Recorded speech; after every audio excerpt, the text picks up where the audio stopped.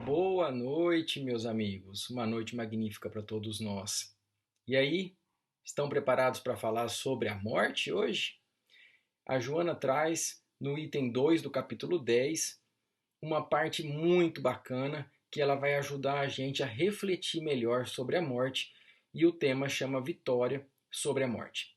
Para iniciar esse bate-papo virtual, eu trouxe um vídeo para vocês que vai passar agora na sequência. Ele é um vídeo que traz bastante algumas angústias que a gente traz no nosso inconsciente sobre a morte, com uma boa pitada de humor. Espero que vocês gostem. Paulo, eu vou morrer. Que é? Que é? Eu vou morrer, Paulo. Que é? Você tá passando mal? Que Você também vai morrer, todo mundo vai morrer. Que vai morrer? Que eu presto? Tá pegando fogo? Não, Que é? todo mundo no mundo vai morrer. Não é só no prédio. Uma bomba? Que foi, Fernanda? Não é todo mundo ao mesmo tempo, Paulo. Mas é que todo mundo um dia vai morrer. Todo mundo morre. Claro que todo mundo morre, Fernanda. Pelo amor de Deus, você só descobriu isso agora? Que 13h30 da manhã? É que a ficha só caiu agora, sabe? Eu nunca tinha pensado nisso desse jeito. Por que a gente tem que morrer? É muito triste. Não é triste, Fernanda. É porque a gente tem uma visão limitada das coisas, entendeu? A vida continua. A gente vem aqui porque a gente tem que aprender umas coisas, evoluir. Igual na faculdade. Você não vai na faculdade porque tem que aprender coisas, mas tem uma hora que você tem que voltar pra casa. Morrer é isso, voltar pra casa, entendeu? Mas acontece que na faculdade a gente sabe a hora que a aula termina. Eu não sei a hora da minha própria morte. Será que todo mundo tem uma hora exata pra morrer? Mais ou menos. Tem uma estimativa de tempo, assim, um período que é o período necessário pra você fazer o que tem que fazer aqui, pra depois ir embora. O problema é que a gente acaba diminuindo esse tempo, né? Dando mal do corpo, os vícios, enfim, vivendo mal, aí a gente diminui e vai embora, entendeu? Dormir é importante pra você viver bastante. Dormir. Entendi. Agora vamos dormir que amanhã eu tenho que acordar às 6h da manhã. Mas como é que você sabe que você não vai morrer antes das 6? Sei lá, morrer dormindo. Não sei, Fernanda, pode ser, não sei. Como é que você consegue conviver com essa informação, Paulo? Convivendo, Fernanda, todo mundo convive com isso, meu Deus do céu. Isso já vem com a gente, poxa. Olha, eu até prefiro não saber a hora que eu vou morrer, porque vai que eu soubesse.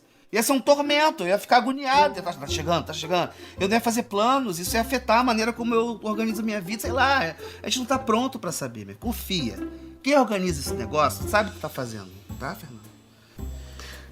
Paulo, liga pra sua mãe. Se despede dela. Minha mãe já morreu, Fernanda, você esqueceu. Ai. Fernanda, vamos dormir, porque se tem duas coisas certas na vida, uma é que a gente vai morrer e a outra é que tem conta todo mês pra pagar. Então eu preciso trabalhar, tá bom? Vamos dormir, quietinho. Vai, deita aí.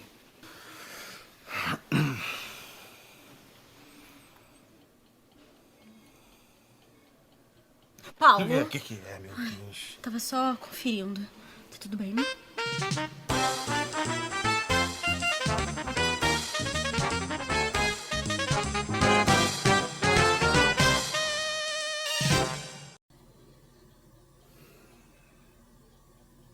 Fernanda, eu não consigo dormir com você me olhando assim igual uma coruja.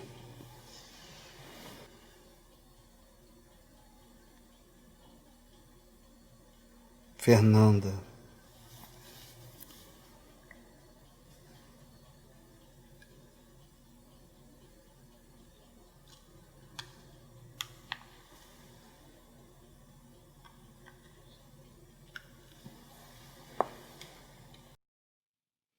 Então, legal esse vídeo, né?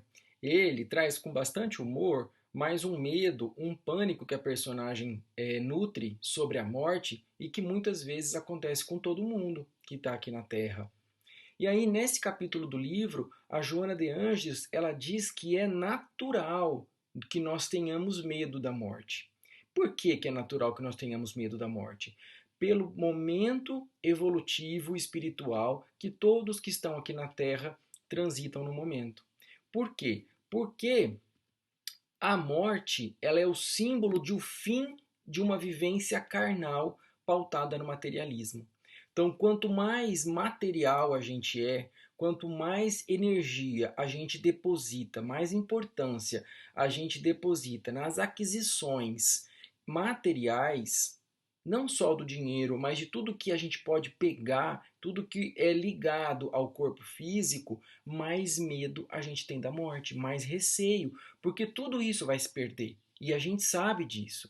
Então, o carro que eu tenho, a casa que eu tenho, o diploma que eu tenho, os amigos, o pai, essa coisa, essa sensação de estarmos envolvidos fisicamente, isso vai perder, isso vai acabar. A representatividade da morte é uma foice, né? A foice é aquele instrumento em que na agricultura ela corta tudo, né? Ela arranca, ela destrói mesmo. Então é o símbolo da destruição do que é material, sobretudo num mundo de aparências que nós vivemos hoje em dia. Então é daí que vem a nossa angústia, muitas vezes, da morte, pela destruição de conteúdos pautados no materialismo. E é daí também que vem a falsa impressão de que a morte simboliza o repouso. Então, se nós nos livramos de tudo que é da terra, então às vezes as pessoas se equivocam de que se acabar a vida, acabam os problemas, porque nada daqui vai para lá. E aí acontecem aquelas coisas horríveis que a gente sabe que é o suicídio, que nós já abordamos antes desta aula. Então, mais uma vez a Joana volta a dizer que o materialismo, que quando a gente deposita energia demais nas aquisições da carne, a gente se equivoca muitas vezes.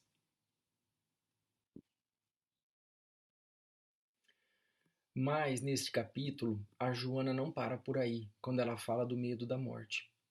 Ela fala uma coisa muito importante, que o verdadeiro peso que a morte em si, que a morte traz, ela não está necessariamente na morte em si, mas na sensação de uma vida desperdiçada. Então, ela diz que muitas vezes a gente tenta postergar a morte a qualquer custo. Então, a gente tenta não morrer e seguir a vida.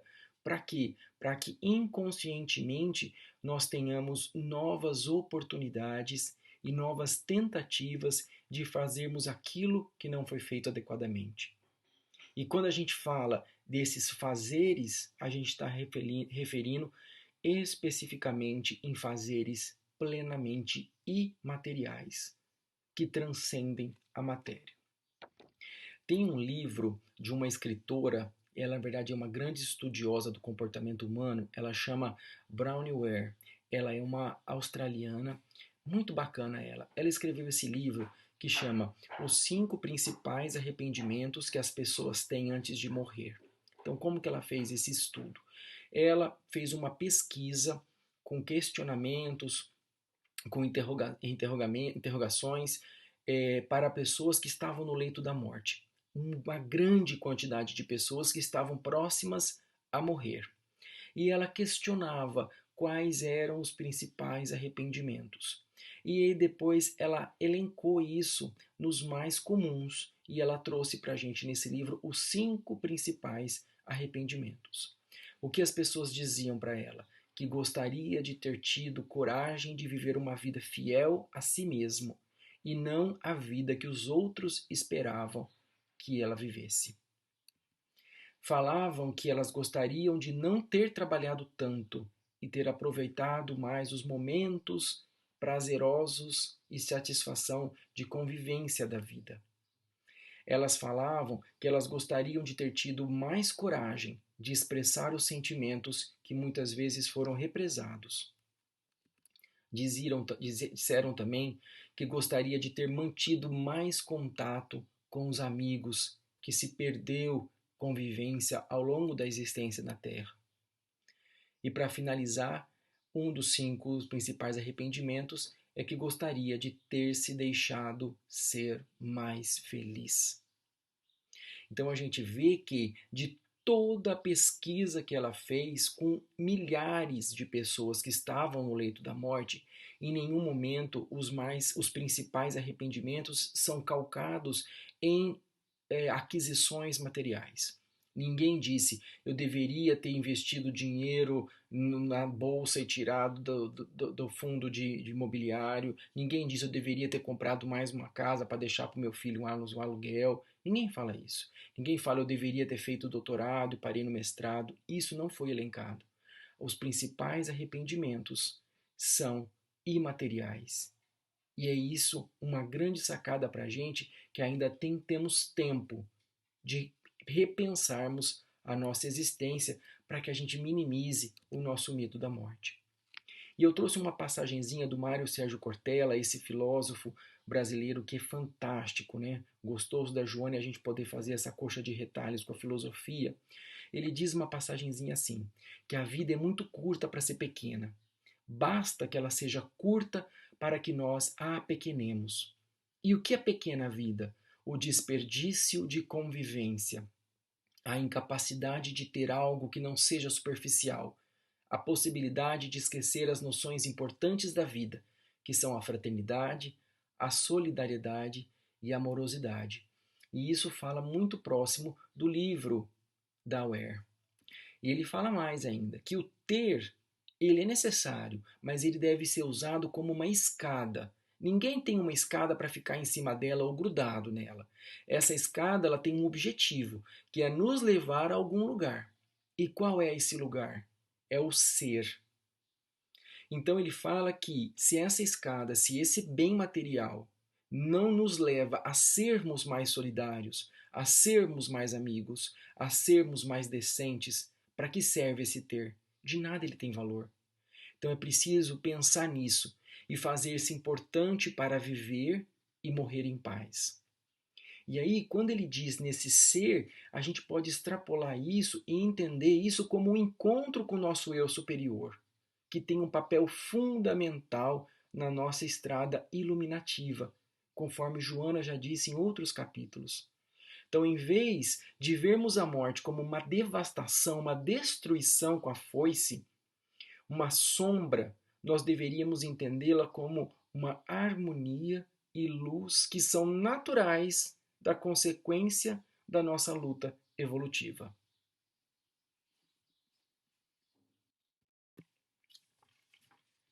Nesse capítulo, a Joana traz um conceito bem bacana que ela fala que nós morremos um pouco a cada dia depois do nosso nascimento.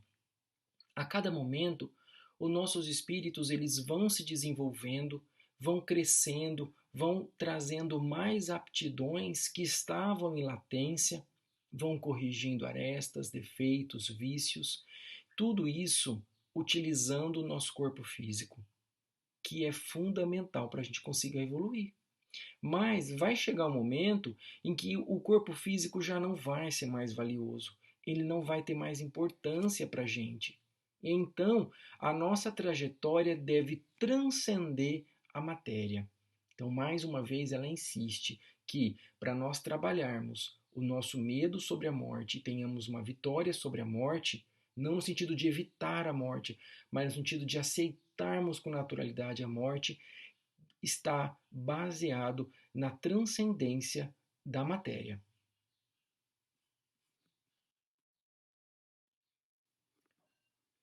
E é desse jeito, meus amigos, que nós deveríamos encarar a morte como uma libertação.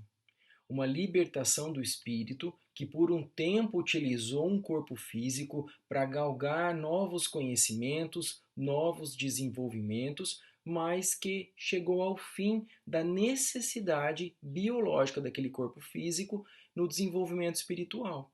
E aí, então, o espírito sai de uma vivência altamente materializada, da qual não se faz mais necessária. E aí a Joana fala que a morte é um suave meio para se adormecer e logo despertar, cada qual conforme as condições adquiridas na experiência fisiológica precedente a esse momento da morte. Da mesma maneira como a gente faz uma faculdade. A faculdade ela tem coisas boas, tem coisas ruins, mas de uma maneira geral a gente se apega aos amigos, às condições de vida e tudo mais. Mas o nosso objetivo na faculdade é formarmos, é termos um diploma e depois exercermos a nossa profissão, certo? Então, quando a gente chega na formatura, a gente está feliz porque a gente acabou. Por mais que no fundo a gente tenha algumas tristezas de nos desvincularmos daquilo que nós vivemos durante tanto tempo. Mas o nosso objetivo, a gente tem que estar sempre claro que não é ficar na faculdade para sempre, é nos formarmos e depois exercermos a nossa profissão. Da mesma maneira a vida. A gente não tem que ficar nessa existência para sempre. A gente vai ficar por um tempo oportuno para que o nosso espírito se aprimore através do nosso corpo físico, né? E aí vem aquele questionamento, né? Como que a gente faz para encarar a morte como algo mais natural? E a Joana nos traz dois sentimentos cruciais para que nós devemos trabalhar durante a vida para que a morte seja, a ideia da morte seja uma coisa mais natural. E quais são eles? A perda e o desapego. A perda, principalmente quando a gente fala de bens materiais, e não só bens que o dinheiro compra, mas tudo que é palpável, palpado pela matéria. Porque isso vai terminar com a morte. Mas a gente tem que ter em mente que aquilo que, através do nosso corpo físico, através da nossa existência material, nós conseguimos alcançar, que é imaterial, que é do espírito, como disse o Cortella, aonde a escada nos levou, isso não vai nunca perder.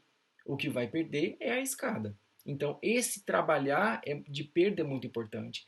E nesse sentido, o envelhecimento ele é muito rico para que nós consigamos trabalhar isso. Porque conforme a idade vai passando, a gente vai perdendo muitas características inerentes dos jovens do corpo. Então, nós perdemos a nossa flexibilidade, nós perdemos um pouco da nossa destreza, da nossa rapidez de raciocínio, nós perdemos um pouco da nossa força muscular e enfim, o nosso corpo físico vai nos mostrando que as perdas devem ser naturais, essas perdas carnais. Porém, nós estamos ganhando experiência e quando a gente fala de experiência, a gente fala de crescimento imaterial e espiritual. O desapego é uma outra importante ferramenta que a gente tem que trabalhar. Por quê? O desapego ele está relacionado a amor e maturidade. E o apego, meus queridos, ele é altamente limitante. Então, vamos trocar, quando a gente fala de, mas você pode me perguntar, como é que eu vou desapegar das pessoas que eu amo, do mundo que eu habito, das coisas que eu tenho no dia a dia? Vamos trocar o sentimento de apego a um sentimento de afinidade. Fica uma coisa mais leve. Por quê? Nós devemos trabalhar o desapego em tudo e em todos os sentidos ao longo da nossa existência. O nosso corpo, nosso próprio corpo físico, os prazeres que nós desfrutamos na esfera da carne, os parentes, os amigos, os companheiros, etc. Tudo aquilo que nós convivemos na Terra e que é essencialmente material. Isso não vai continuar. Então, o desapego, ele não é indiferença. Isso é uma coisa importante que a Joana diz no capítulo. Às vezes a gente vai pensar, nossa, mas eu vou desapegar de tudo isso, então eu vou ser, não vai fazer diferença isso para mim? Eu vou ser frio? Não. O desapego não é indiferença. É mesmo amando, nós sabemos que de um momento para o outro nós vamos ter que abrir mão daquilo que nós acostumamos a conviver. Existe um... E olhem que curioso, como que a gente tem que treinar o nosso desapego. Existe um treinamento ao desapego das comunidades budistas muito interessante. O que eles fazem? Juntam um grupo de monges e eles têm areia colorida. E eles montam figuras maravilhosas. Eles demoram meses. Demoram 6, às vezes 10 meses, para efetuar uma figura linda. Eles passam a madrugada acordado. Eles se envolvem naquele processo de construção mesmo. E depois de um tempo, não se sabe exatamente quando, o chefe do grupo budista, ele vai lá e ele simplesmente passa a mão em tudo e mistura aquele monte de areia naquelas figuras maravilhosas. Elas simplesmente viram um monte amorfo de areia colorida. Esse é um treinamento que eles fazem várias vezes para treinar o desapego.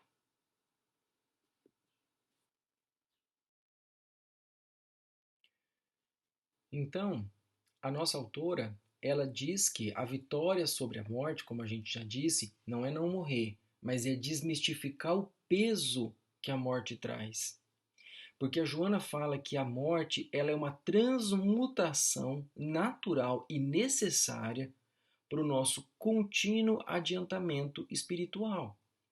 E existe uma metáfora muito bacana da morte como quando a gente vai fazer uma viagem sozinho. Quando a gente vai viajar sozinho, a gente leva na mala só o que é do espírito, só o que nós conseguimos alavancar na nossa existência, que é imaterial. Da mesma forma, quando a gente viaja, a gente deixa a nossa casa, a gente deixa nosso carro, os nossos parentes, nosso cachorro, nada disso vai com a gente vai viajar sozinho.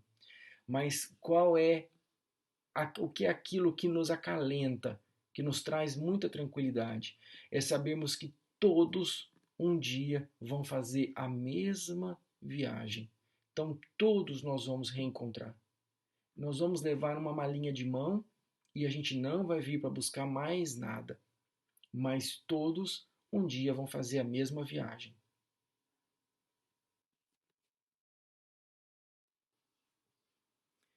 E nós, espíritas, nós temos um grande tesouro nas nossas mãos, que são os conhecimentos trazidos por Allan Kardec.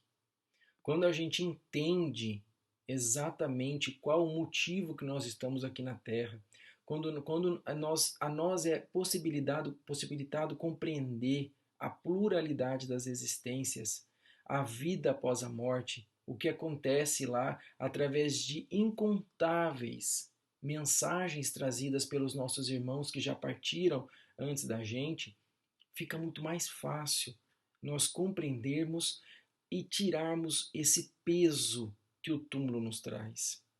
Isso é uma oportunidade única que nós temos que fazer jus dela.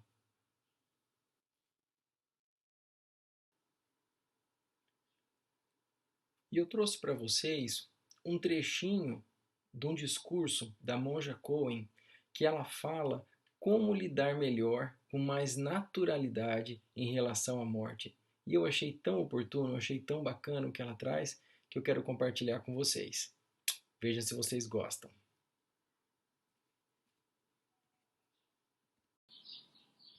Como será que você vai morrer? Uma vez me ofereceram essa proposta. Há muitos anos, num hotel em Los Angeles, fazíamos um encontro zen budista. E a proposta era essa: sente-se por alguns minutos e imagine a sua morte. Eu imaginei a minha. Era numa cama enorme, um dossel, de aquelas camas antigas, medievais, que tinha um tepinho em cima, cheio de pessoas à minha volta, eu recostada no travesseiro. Vai ser assim? Não sei, não tem a menor importância. Mas o importante é a gente lembrar que nós vamos morrer. E aí nós damos valor a esse momento do agora, a apreciação da vida. Pense só um pouco. Como será a sua morte? Não que você queira assim, não que vá ser assim, nós não sabemos. Mas lembre-se que este corpo que agora está, que é você, ele um dia vai parar de funcionar. Você será enterrada, cremada, enterrado, cremado. Pense nisso um pouco. O que nós estamos vivendo, falando, pensando, um dia cessa. O que é esse cessar? E como será a sua morte? Pense nisso, para poder apreciar um pouco mais, agora que está viva, que está vivo.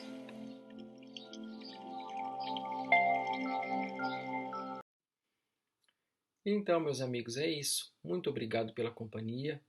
Chegamos mais uma vez ao final desse bate-papo virtual nosso. Espero que essas reflexões sobre a morte nos façam bem para treinarmos a nossa perda, nosso desapego.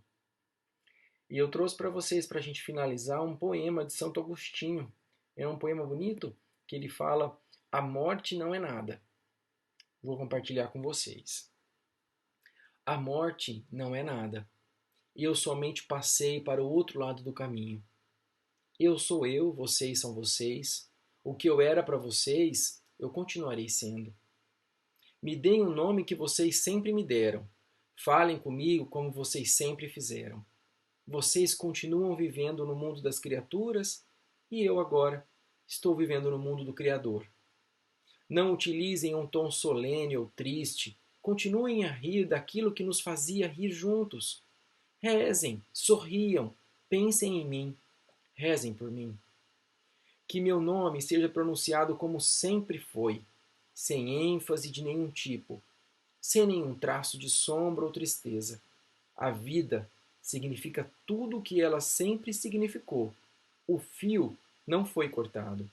Por que eu estaria fora de seus pensamentos agora que eu estou apenas fora das suas vidas? Eu não estou longe, apenas estou do outro lado do caminho. Você que aí ficou, siga em frente. A vida continua, linda e bela, como sempre foi. Santo Agostinho. Fiquem bem, Deus abençoe vocês. Uma noite magnífica, com muita luz, com muita harmonia. Que o sono de vocês seja restaurador para um próximo dia que virá. Muito obrigado, meus queridos.